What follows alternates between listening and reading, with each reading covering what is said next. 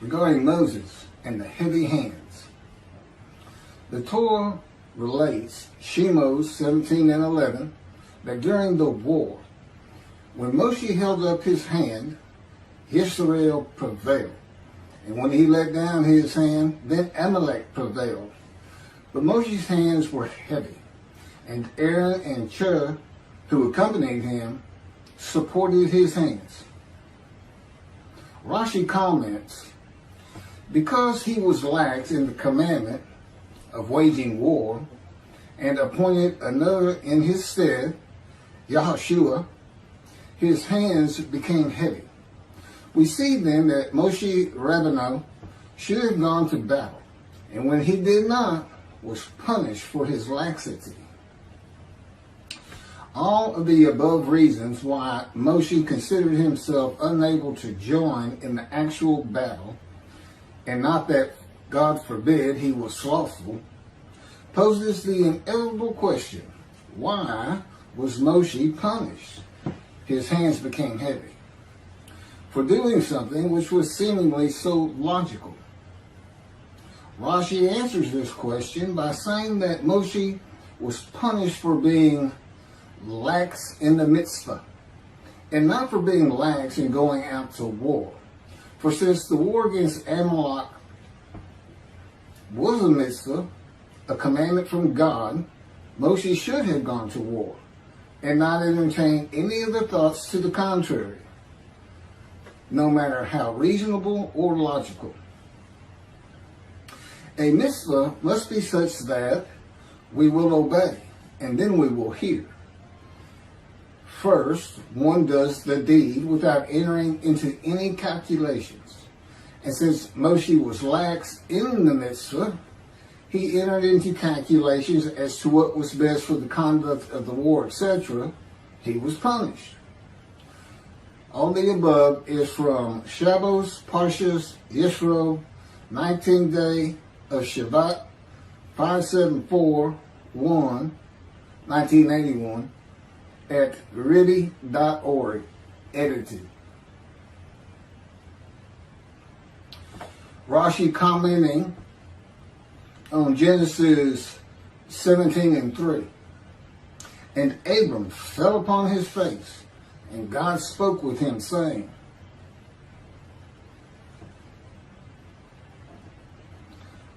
and here's the commentary, and Abram fell upon his face, midrash form, from fear of the Shekinah. For as long as he was uncircumcised, he did not have the strength to stand when the divine presence stood over him. And that is what is said concerning Balaam in Numbers 24 and 4. Who falls and his eyes are open. Also Numbers, Rabbi 12 and 8. I found this in the Beritha of Rabbi Eliezer, Perkei de Rabbi Eliezer, chapter 29.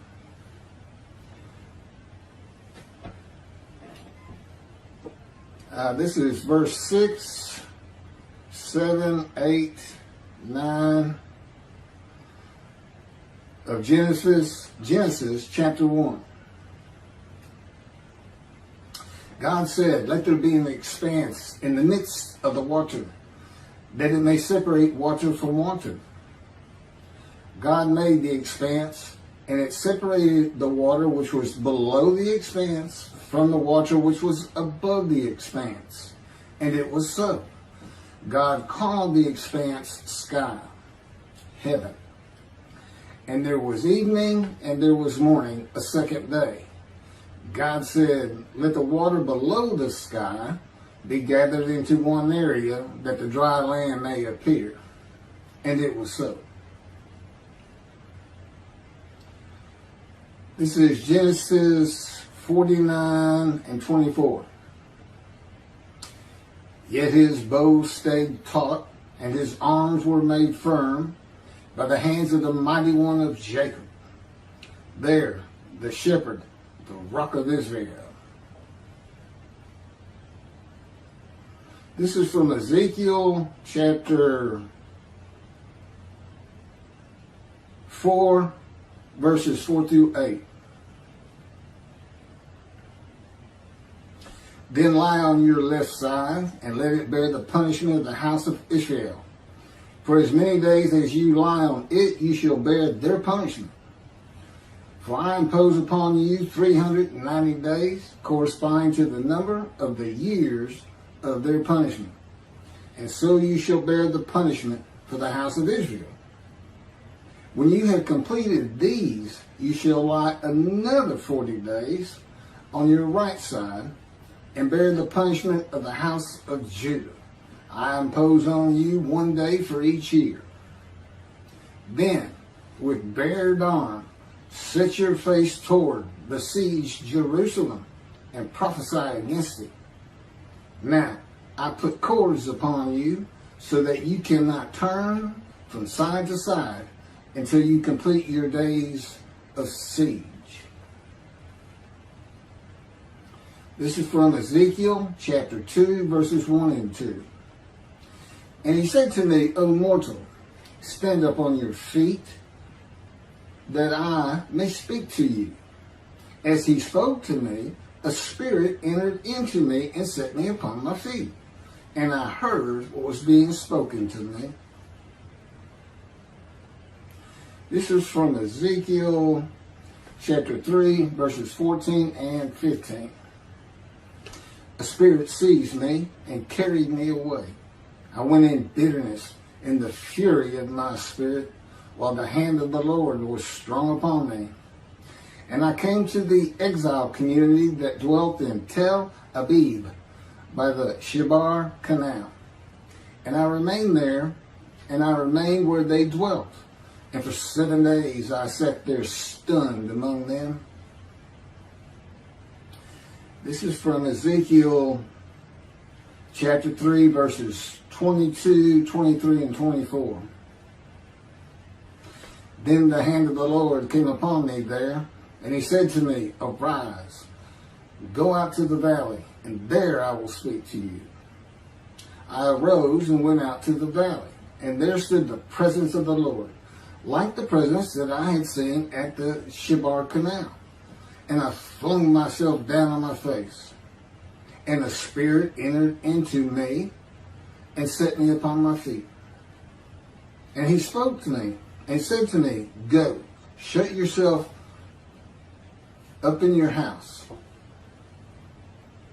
Okay, here's my commentary on everything I just read to you. I know the heaviness of the hands of Moshe.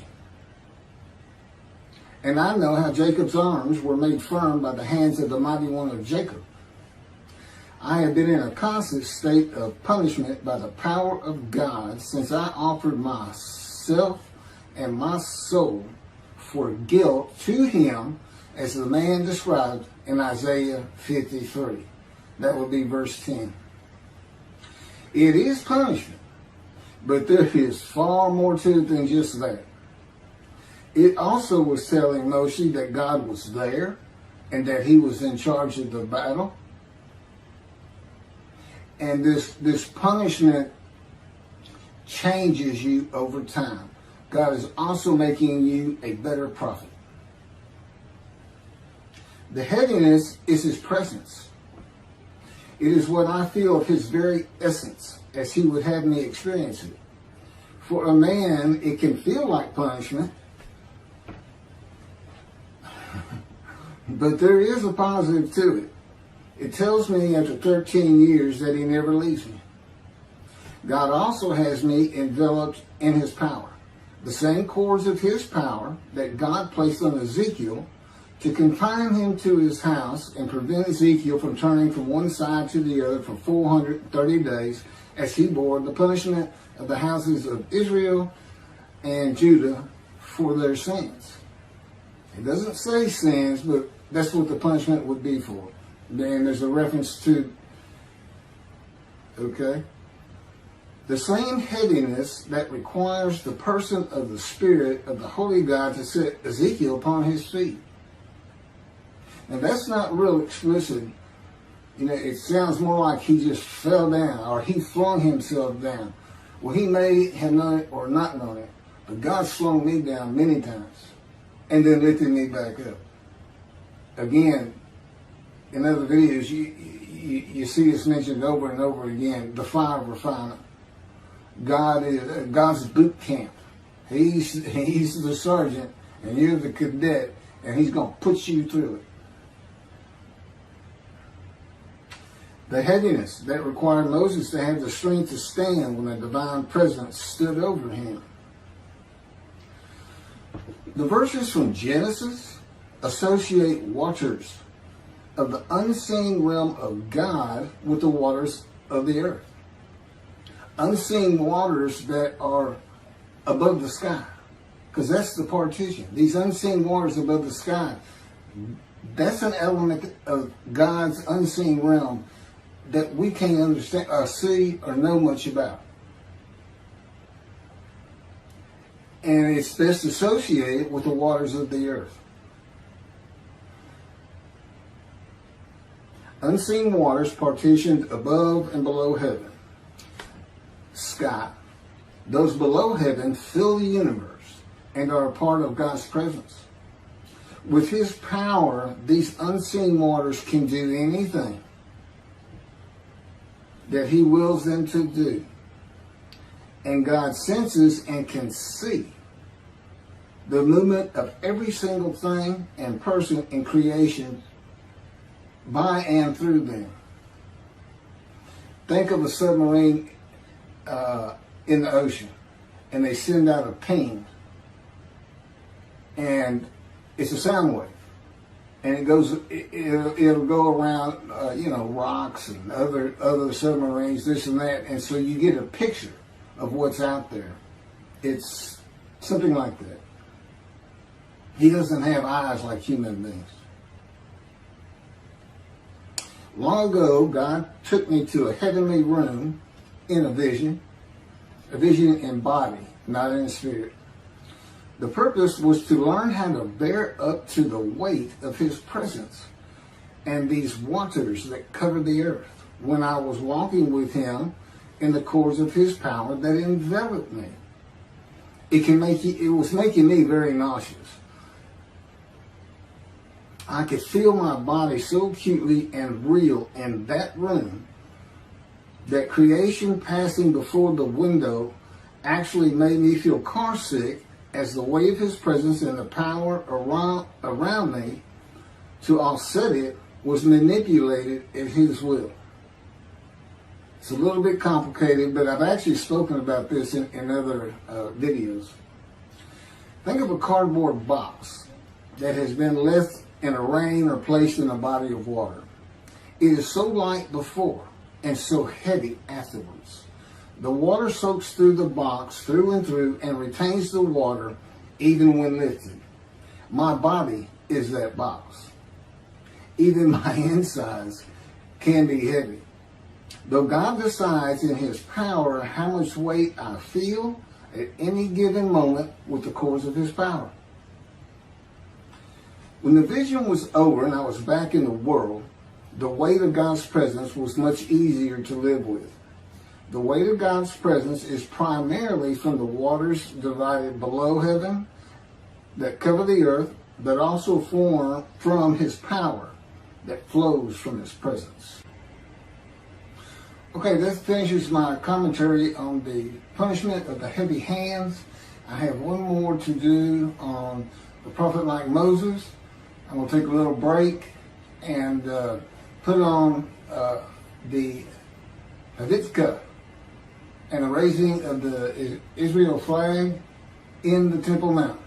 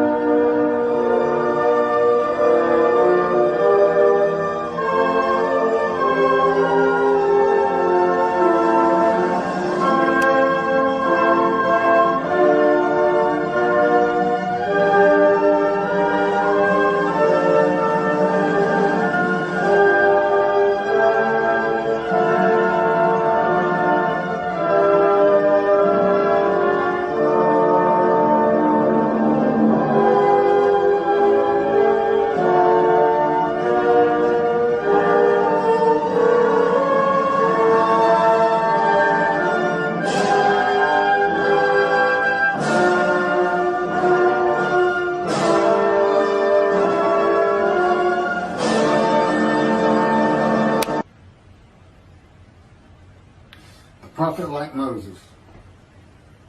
Verses 15,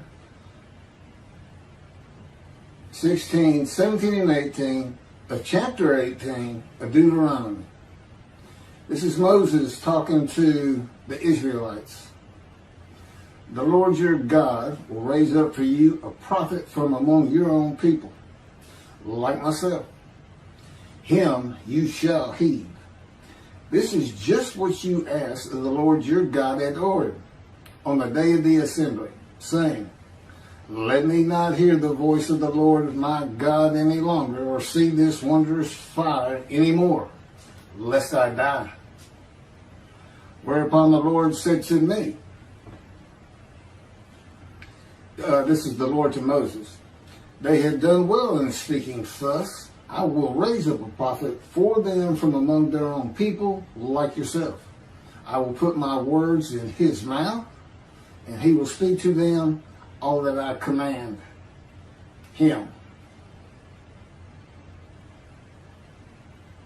This is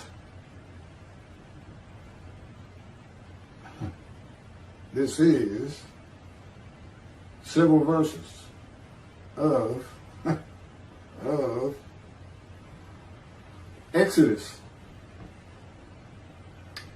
chapter 7,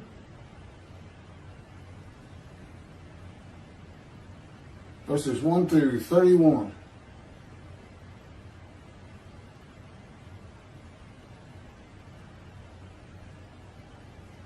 You'll understand why I'm reading this much of it, because I'm going to have commentary on it.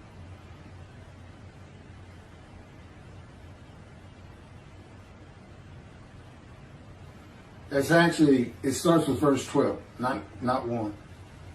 Now go. And this is God to Moses. Now go, and I will be with you as you speak, and will instruct you what to say. But he said, please, O Lord, make someone else your agent. The Lord became angry with Moses, and he said, there is your brother Aaron the Levite. He, I know, speaks readily. Even now, he is setting out to meet you, and he will be happy to see you. You shall speak to him and put the words in his mouth. I will be with you and with him as you speak, and tell both of you what to do. And he shall speak for you to the people. Thus, he shall serve as your spokesman, with you playing the role of God to him. And take with you this rod, which you shall perform the signs. Moses went back to his father-in-law, Jethro, and said to him, let me go back to my kinsmen in Egypt and see how they are faring. And Jethro said to Moses, go in peace. The Lord said to Moses in Midian, go back to Egypt, for all the men who sought to kill you are dead. So Moses took his wife and sons, mounted them on an ass, and went back to the land of Egypt. And Moses took the rod of God with him. And the Lord said to Moses, when you return to Egypt, see that you perform before Pharaoh all the marvels that I have put within your power. I, however, will stiffen his heart, so that he will not let the people go. Then you shall say to Pharaoh, thus says the Lord, Israel is my firstborn son. I have said to you, let my son go, that he may worship me, yet you refuse to let him go. Now I will slay your firstborn son. At a night encampment on the way, the Lord encountered him and sought to kill him. Him is Moses. So Zipporah took a flint and cut off her son's foreskin and touched his legs with it, saying, you are truly a bridegroom of blood to me. And when he let him alone, she added, a bridegroom of blood because of the circumcision. The Lord said to Aaron, go to meet Moses in the wilderness. He went and met him at the mountain of God, and he kissed him. Moses told Aaron about all the things that the Lord had committed to him and all the signs about which he had instructed him. Then Moses and Aaron went and assembled all the elders of the Israelites. Aaron repeated all the words that the Lord had spoken to Moses, and he performed the signs in the sight of the people. And the people were convinced. When they heard that the Lord had taken note of the Israelites and that he had seen their plight, they bowed low in homage.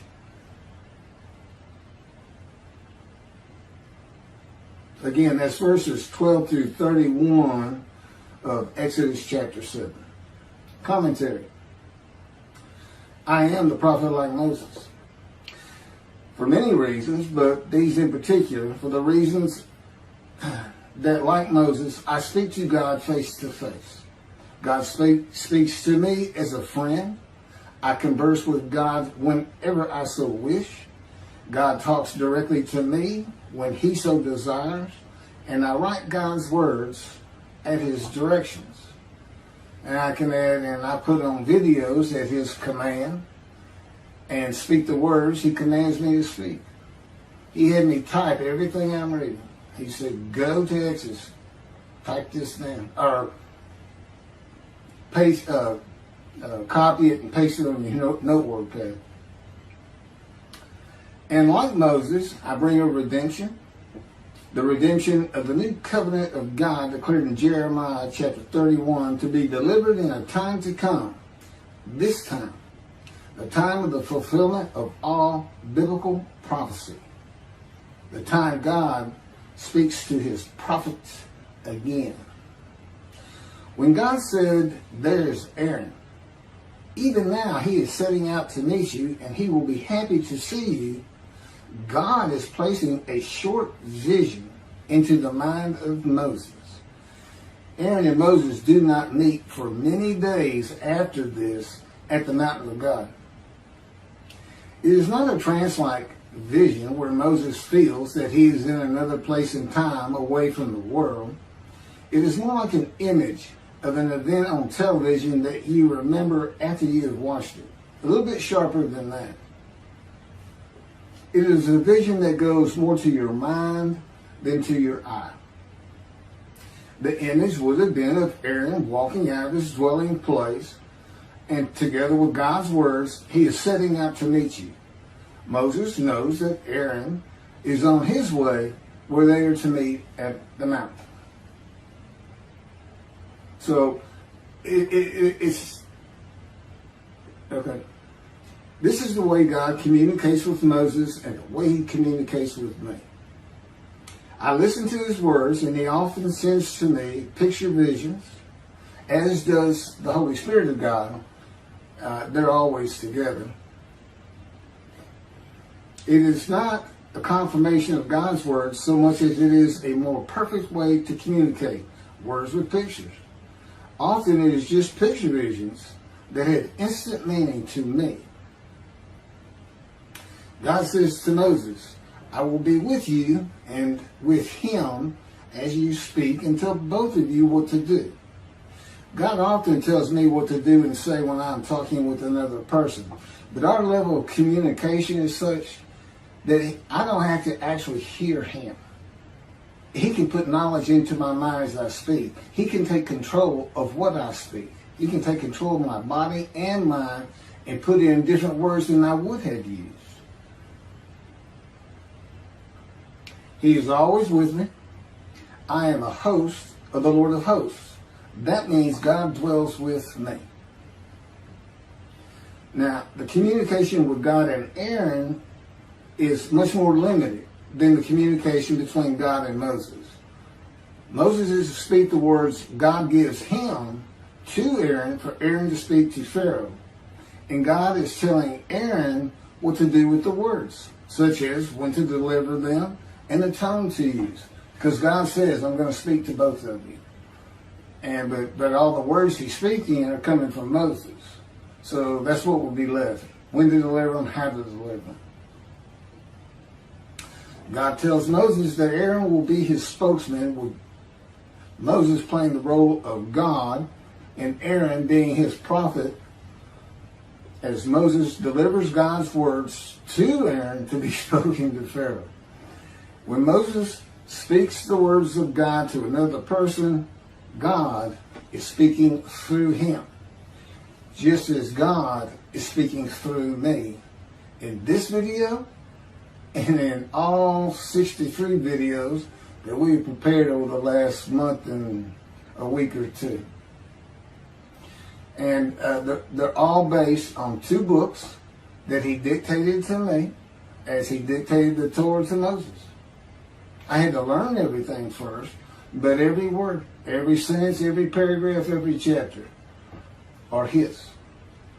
The first book is about 285 pages long, but that's with about a 30-page addendum, which is a summary of each chapter in a paragraph or so. And it's called Isaiah 53 in the Day of the Lord. And in that book, what he wanted was for me to never say that I am this man. But reading it, you almost can't escape it. At least the thought is he saying, because it would be things like, how do you know Elijah? Well, he'll know everything you can know about heaven. And I got several chapters that are all just about heaven, things that aren't generally thought of or known. So the implication is there. But now the next book we did is called The Life of God's Righteous Servant of Isaiah 53. And it's my life. It's my life. God didn't speak to me, and I was an atheist for 50 years until I was 50. But he was with me from birth to make sure I fit every verse of Isaiah 53, and particularly wounding. He was wounded. Well, I've got 15 surgical scars, and I've been shot through the abdomen and impaled my right knee on a broken glass bottle, and etc., etc. I was like the most accident-prone person you ever wanted to meet. Little did I know I was being prepared for this time. I'm now 63. And so the life of God's righteous servant, it's my life. And he dictated that to me. Of course, I didn't have to learn it first. I just had to remember. And he puts remembrance into my mind. I can remember like no other human being on this planet. He can have me not only remember an event, the first time I drove a car, for instance, kissed a girl, but he can bring it back to me as though it's actually happening again. It's not just, I know when I drove a car, I was so excited and it felt so great. No, I feel the excitement. Okay, the ambience of the day. Everything is there. But he can do the same thing when you get shot through the abdomen on a ranch in Texas, like it's happening all over again. Just to show me what was really going on that day and what he had to do with it, controlling my perceptions. Thanks for listening.